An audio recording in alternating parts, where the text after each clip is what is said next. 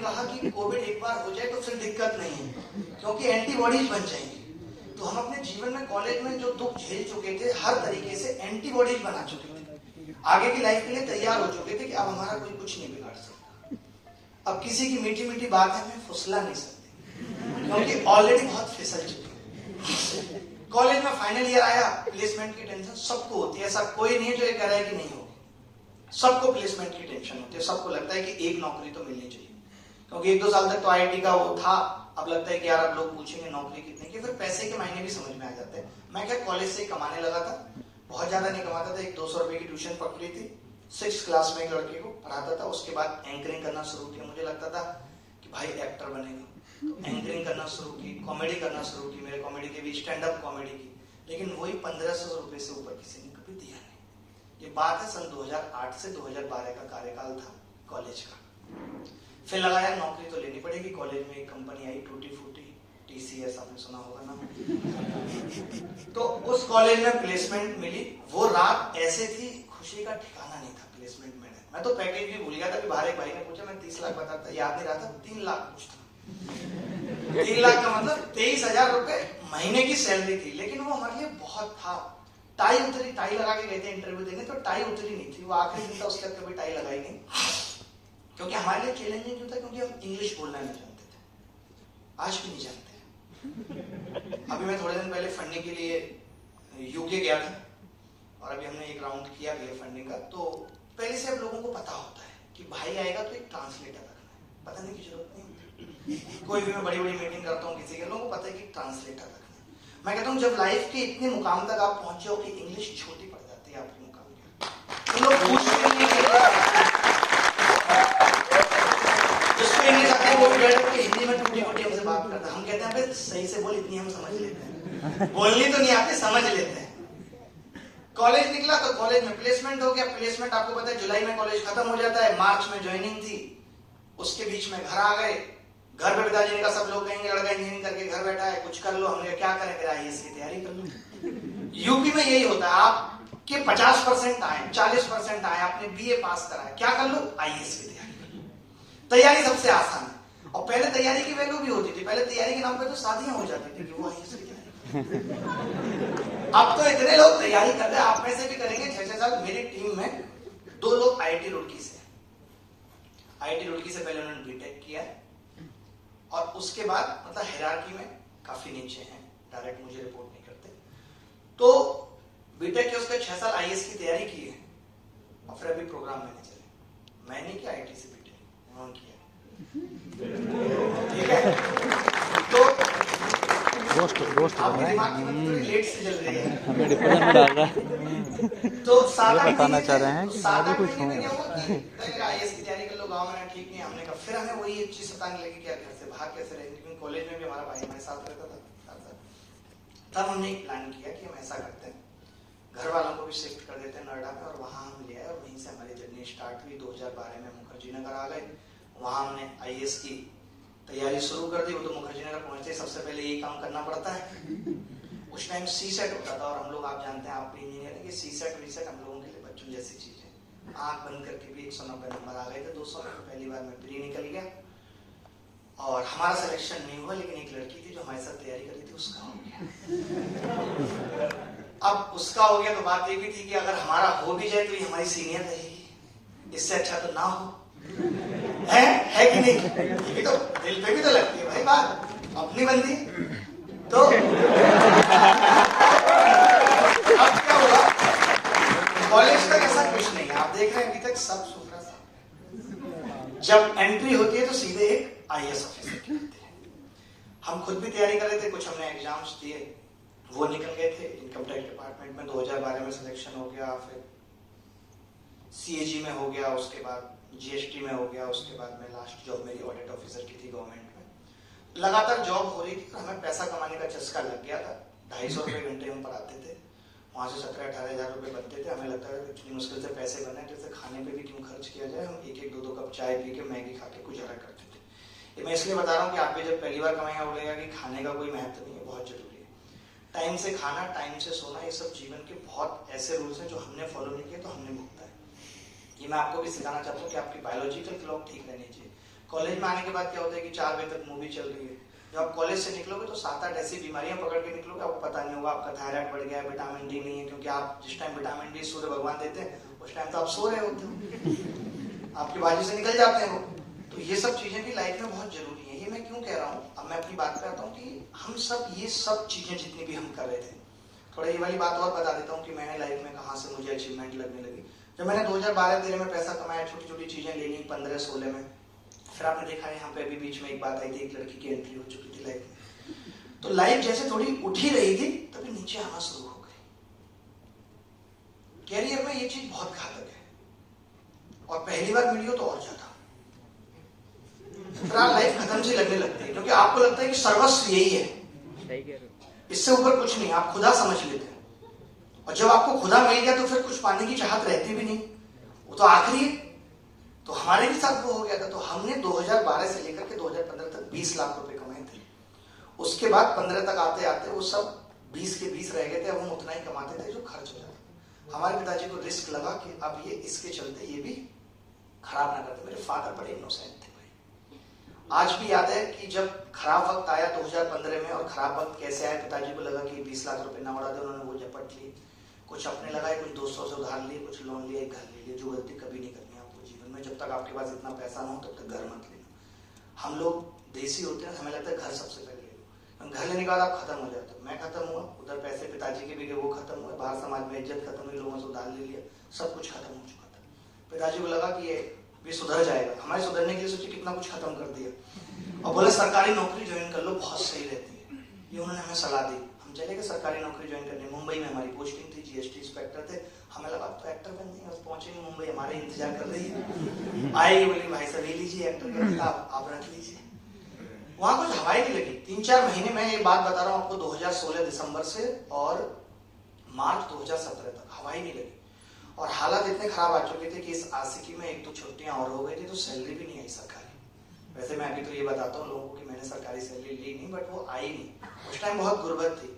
मैं 10-10 रुपए के रिचार्ज के लिए परेशान था। ये बात है 2017 की। उस टाइम रिचार्ज चलते थे, अभी जियो की तरह नहीं है कि एक बार पैक डाल लिया, कितनी लंबी बात करो। सोचना पड़ता, 15 मिनट बात करनी है तो 30 का रिचार्ज करना है, 10 मिनट करनी है तो 10 का करना है, क्योंकि कंपनियां उस टाइम बड़ी बेकार हो रही थी, पैसा काट लेती थी, तो ज्यादा बड़ा रिचार्ज करते नहीं थे। वहां से कहानी शुरू हुई कि जब पता लग गया कि सरकारी नौकरी से कुछ होना नहीं है, घर की EMI जाना बंद हो गई, माताजी को पैरालिसिस हो गया, पिताजी डायबिटिक हो गए, टेंशन में हमारे ऊपर ही बोझ था, लेकिन हमें हिम्मत नहीं आ रही। हमने तब भी अपना कंधा ठोका, कहा भाई कुछ बड़ा करेगा, कुछ पता नहीं है पूरी तरह रोड पे, लेकिन भाई कुछ बड़ा करेगा। ये मैं इसलिए बता रहा हूँ कि कहते रहो भाई कुछ बड़ा करेगा, एक दिन जरूर होता है। बस आपको अपनी सच्चाई पता होनी चाहिए। आपको पता होना चाहिए कि आप जो कर रहे हो, जब आप रात को सो तो आपको ये पता होना चाहिए कि आज आपने पूरे दिन में जो किया है कितना प्रोडक्टिव है। ये मैं कॉलेज की बात कर रहा हूँ। कॉलेज में इतना मत सोचो यार, अभी से इतनी टेंशन लोगे तो एक हाथ छोटा हो जाएगा, ऐसे कभी चलेगा। स्वस्थ रहना भी बहुत जरूरी है, उतने सोचने की जरूरत नहीं है। तो उसके बाद लगा कि अब क्या करना चाहिए लाइफ में। मुझे लगा कि अब दोबारा कोचिंग शुरू करनी पड़ेगी। मैंने एक किताब भी लिखी थी, बिलीव इट एडवांस में, 2013 में, फ्लॉप रही, किसी ने पढ़ी नहीं, जबकि बहुत अच्छी किताब लिखी मैंने। कोई बात नहीं चली वो भी। तो किसी स्टूडेंट ने सलाह दी कि आप बहुत अच्छा पढ़ाते हो, आपके जो कॉन्सेप्ट है, आप लोगों ने भी वो कॉन्सेप्ट शायद कभी ना पढ़े। मैं ट्रायंगल का एंगल 0 भी कर देता था।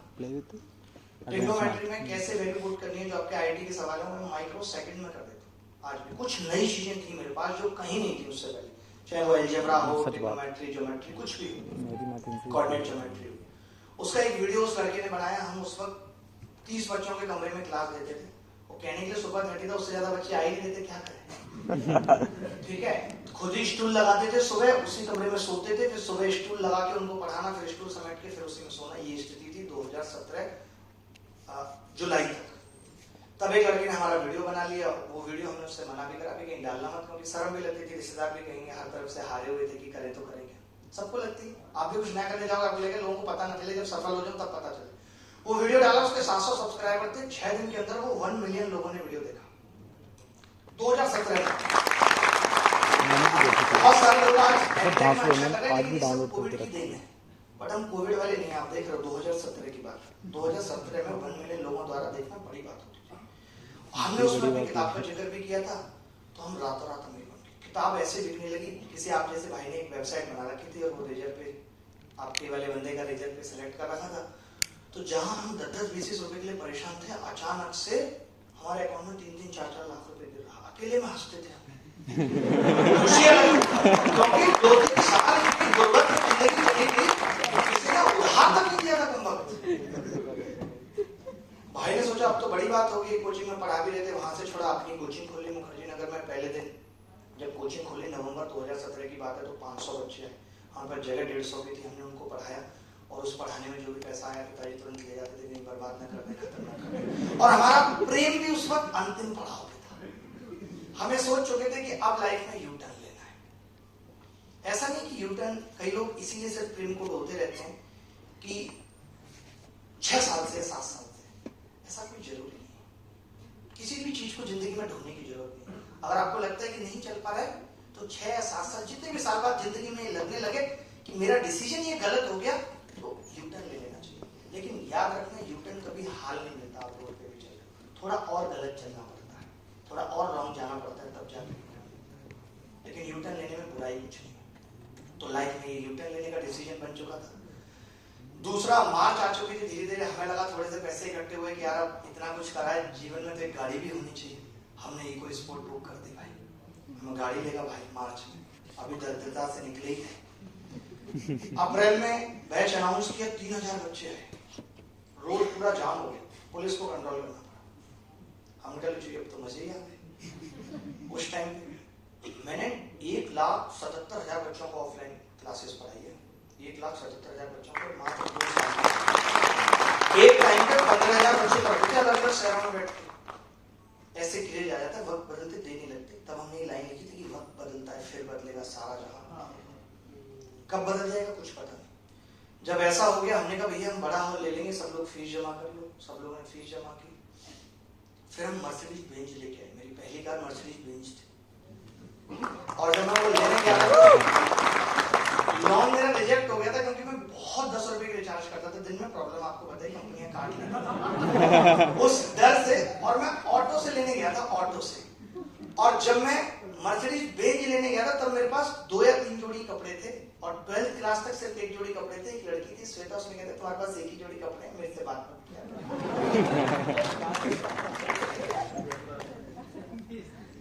और जब गाड़ी लेने गया तब भी बहुत समझ नहीं थी। मैं लिवाइस को ड्रीम ब्रांड समझता था उस टाइम। मैंने मर्सिडीज 2018 जून में ली, और मेरा उस टाइम में टारगेट था कि इस बार नवंबर में बर्थडे आएगा तो एक लिवाइस की जीन्स लूंगा। 2018 की बात बता रहा हूँ। आज 2022 चल रही है, ऐसा कोई इंटरनेशनल ब्रांड नहीं है जो मैं नहीं पहनता हूँ। और मैं एक दिन में सिर्फ एक ही कपड़ा पहनता हूँ, उसके बाद उसे रिपीट नहीं करता। कपड़ा रिपीट नहीं करता। और ये स्वैग, ये कुछ ऐसी चीजें मैं बता रहा हूँ कि ये करके देखना ना जरूरी होता है। पता नहीं लगता, वो कसक जो है ना वो रह जाती है। श्वेता की हाल ये कि 2 साल पहले करीब 1500 रुपए मांगे थे उधार। शादी हो गई है, अफसोस है कि गलत कर ली है। आप कब कर रहे हो? पर ठीक है, हमारा फिर भी साथ है। मतलब 1500 मांग के दे दी, बड़ी बात थोड़ी थी भाई। जॉब दे दी कंपनी में, कौन सी बड़ी बात है। ये सब करने के बाद मैं आपको एक चीज बताता हूँ, जैसे कि आप भी बहुत बार बहुत लो फील करते होंगे लाइफ में। तो मैं यहाँ पे एक चीज ऐड करना चाहता हूँ कि इतना सब कुछ अचीव करने के बाद फिर मैंने 10 साल, मुझे गाड़ियों का बहुत शौक था, तो मैंने बहुत सारी गाड़ियां ली। ऑलमोस्ट जितने भी ब्रांड्स के नाम आप जानते हैं जो थोड़े बड़े हैं, लग्जरी हैं, उसके मेरे पास 10 गाड़ियां हैं। हर साल में 1-2 गाड़ियां लेता हूँ, सबके नंबर भी 1, 2, 3, 4, 5, 6। एक बड़ा फार्म हाउस बनाया, शादी की महल में, 5-6 दिन चलाई शादी। वहां नहीं की, वहां से यू टर्न ले लिया था। तो शादी की, बैक टू बैक 2 बच्चे हो गए, तो इतना आपको तो भाई फिर इसमें कहने की बात ही नहीं। तो इतना सब कुछ अचीव करा मैंने, सब कुछ, पैसा भी ऑलमोस्ट, जहां मैंने शुरुआत अपने जीवन में 250 रुपए घंटे से की, वहां मैं 1.5-2 लाख रुपए घंटे तक पहुंचा टीचिंग में भी। आज तो मेरा अपना ब्रांड है अभिनयमेस। तो मैंने लाइफ में एक चीज देखी कि सुकून और ये सब चीजें दोनों अलग अलग है। सुकून के अलग मायने हैं। और जब जिंदगी बहुत उलझ जाती है तो ये तय है कि सुकून खो जाता है। मैंने सिर्फ पूरे कोविड में 2 साल में बहुत इंट्रोस्पेक्शन किया। आप में से कितने सारे लोग मास्लो थ्योरी जानते हैं? मास्लो थ्योरी नहीं जानते? पवेट में आती है, उतना पढ़ते उठते नहीं है, मतलब आप जानते हैं हायरार्की लाइफ जो है कि पहले आपको किस चीज की नीड होती है, उसमें 5th स्टेज आती है। मैं लाइफ की उस 5th स्टेज में चला गया था जहां आप सेल्फ एक्चुअलाइजेशन और इंट्रोस्पेक्शन करते हैं। तो मैंने देखा हाँ मैस्लो, अब हम उतना सही से अंग्रेजी नहीं बोल पाते हैं, अब उसकी हिंदी कुछ है नहीं तो हिंदी में बोल देते। तो मैंने देखा कि सारा खेल ना रिलेवेंस का है। रिलेवेंस के मायने क्या है कि कोई आदमी 50 रुपए खो जाने पर उतना दुखी है जितना मैं 50 लाख पे होता हूं। मैं भी दुखी हूं, वो भी दुखी। मेरा मतलब है कि संसार में दुख सुख कुछ नहीं है, संसार में सही गलत कुछ नहीं है, सब कुछ वक्त और जगह के हिसाब से। कोई चीज किसी वक्त पे सही है, कोई चीज किसी वक्त पे गलत है। हमेशा सच भी सच नहीं है, सही नहीं है, बहुत बार सच गलत हो जाता है। तो मैंने देखा कि सारा गेम रिलेवेंस का है कि एक टाइम पे जहां हम अपने जीवन में 1 से लेके 12वीं क्लास तक पिताजी की पुरानी पैंट घिस जाने के बाद जो उसमें से कपड़े बनते थे उसमें खुशी से झूमने लगते थे। आज वो खुशी डियोर एलवी गुची में नहीं है, वो पागलों जैसी खुशी नहीं है। हम पिताजी अगर पड़ोस का स्कूटर मांग के भी नानी के घर घुमा लाते थे तो एक अलग मजा आता था उनके साथ स्कूटर पे आगे खड़े होने में। आज वो महंगी महंगी कारों में घूमने की आजादी है, लेकिन फिर भी वो मजा नहीं है। तो मुझे एक चीज यहाँ पे समझ में आई कि आपके भी दादाजी कहते होंगे, हमारे भी पिताजी कहते थे कि मन चंगा तो कटौती में गंगा। सुना है कि अगर मन ठीक है तो 4 दोस्तों के साथ नुक्कड़ पे चाय पीने में वो मजा है जो मन ठीक ना होने पर गर्लफ्रेंड के साथ मालदीव में भी नहीं है। यह सही बात है, मैंने जीवन से यही सीखा। इसका मतलब यह है कि जिंदगी का अंतिम उद्देश्य मन को ठीक करना होना चाहिए। बहुत गहरी है ये बात। मैंने जो अपनी लाइफ से सीखा कि इस मन को ठीक करना जिंदगी का अंतिम उद्देश्य होना चाहिए, जिसपे हम कोई ध्यान नहीं रख पाते। जिंदगी की भागदौड़ में हमारा तो खाने पीने पे ध्यान नहीं, और आज हम ये भी जानते हैं कि खाने पीने में उतने विटामिन और मिनरल्स बचे भी नहीं। हमारी बॉडी में आप में से कितने लोगों को नहीं पता होगा कि विटामिन डी की कमी है, जिसकी वजह से हमेशा आलस आता रहता है। देखो कैसे लेट है। और विटामिन बी की कमी से हम चीजें भूलने लगते हैं। आप में से कितने सारे लोग ऐसे होंगे जिनको ऐसा ख्याल आता होगा रूम लॉक कराए, शायद फिर भी करके आए हुए नहीं आए, चाबी रख के भूल जाते हैं रूम की। ये सब विटामिन बी कॉम्प्लेक्स की कमी की वजह से कि हम भूलें। इन सब चीजों पे हमारा ध्यान नहीं है। आज आप में से हम सब लोग मैक्सिमम सिर्फ यहां तक सांस लेके छोड़ देते हैं, जबकि सारा गेम इन सांसों का है, वजन इन सांसों का है और कीमत सोच। आप बताइए कि कितना भी भारी आदमी हो, अगर निपट गया है तो तैरता रहेगा, मानते कि नहीं? और कितना भी कमजोर आदमी है फिर भी डूब जाएगा, क्योंकि सांसें चल रही हैं। तो वजन तो इन सांसों में, और हम उस ऑक्सीजन जो कि हमारे दिमाग को एक्टिवेट करेगी हम वही नहीं कर रहे। तो सबसे जरूरी चीज यही है कि इस मन को ठीक रखा जाए। अगर ये मन ठीक है और मन खुश है, जैसे लोग कहते हैं, भगवान श्री कृष्ण ने भी गीता में कहा है कि वर्तमान में जीना है। पढ़ा कभी किसी ने गीता के? ये तो पता ही होगा कि भगवान श्री कृष्ण कहते थे वर्तमान में जीना है। तो वर्तमान में जीना संभव कैसे है? जैसे अभी हमारा बैठे हैं यहाँ, हमारे आपके दिमाग में कोई बात नहीं आ रही, मेरे तो फिर भी हल्की फुल्की करेगा, आपके नहीं आ रही, हम लोग बैठे हैं आराम से बात कर रहे हैं, पता भी नहीं चलेगा कब आधा घंटा गुजर गया, नहीं पता चला वक्त का। जिंदगी को ऐसे ही जीना है कि वक्त का पता ना चले, टाइमलेसनेस पैदा हो जाए। और वो टाइमलेसनेस तभी पैदा हो सकती है कि जब प्रेम में वातावरण हो। यहाँ सब कुछ प्रेम में वातावरण है, हमारे आपके आपस में कोई लड़ाई नहीं है, कुछ नहीं, सब कुछ प्रेम है। प्रेम एक ऐसी चीज है जहां टाइमलेसनेस पैदा हो जाती है, जहां समय शून्य हो जाता है, और तब हम फील कर पाते हैं कि सोल क्या है। ये सब चीजों में हमारा ध्यान है। I am spiritual engineer.